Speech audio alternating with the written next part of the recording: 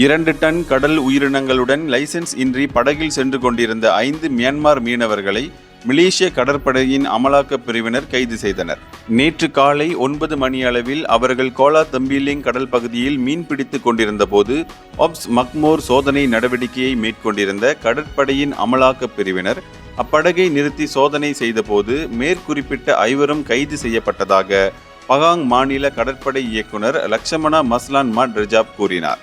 அப்படகை சோதனையிட்ட போது முறையான லைசென்ஸ் இல்லாத வேளையில் அந்நிய நாட்டு தொழிலாளர்களை வேலைக்கு வைத்துள்ளதாக 1985 ஆண்டு மீன் வளர்ப்புத்துறை சட்டத்தின் கீழ் அவர்கள் கைது செய்யப்பட்டதாக அவர் தெரிவித்தார். அதே வேளையில் தற்காலிக வருகை அட்டையை காண்பிக்காத குற்றத்திற்காக அவர்கள் மீது 1959 ஆண்டு குடிநுழைவுத்துறை சட்டத்தின் கீழும் விசாரணை செய்யப்பட்டு வருவதாக நேற்று வெளியிட்ட அறிக்கையில் அவர் கூறினார். அவர்களின் படகில் 2 டன் மீன்களும் கடல் உயிரினங்களும் இருந்ததாக கூறிய அவர் அப்படகு பின்னர் குவாந்தான் படகுத்துறைக்கு கொண்டு செல்லப்பட்டதாகவும் தெரிவித்தார். இந்தியர்களின் இதய குரல் மக்களோசை.